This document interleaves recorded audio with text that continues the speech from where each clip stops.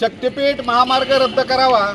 त्याचबरोबर या महामार्गासाठी वारंवार प्रांताधिकारी यांच्याकडून शेतकऱ्यांना वारंवार मोजणीच्या नोटीस दिल्या जात आहेत आणि गेली 4-5 महिने हा खेळ सुरू आहे। त्यामुळे शेतकऱ्यांचा वेळ पैसा प्रचंड जातोय।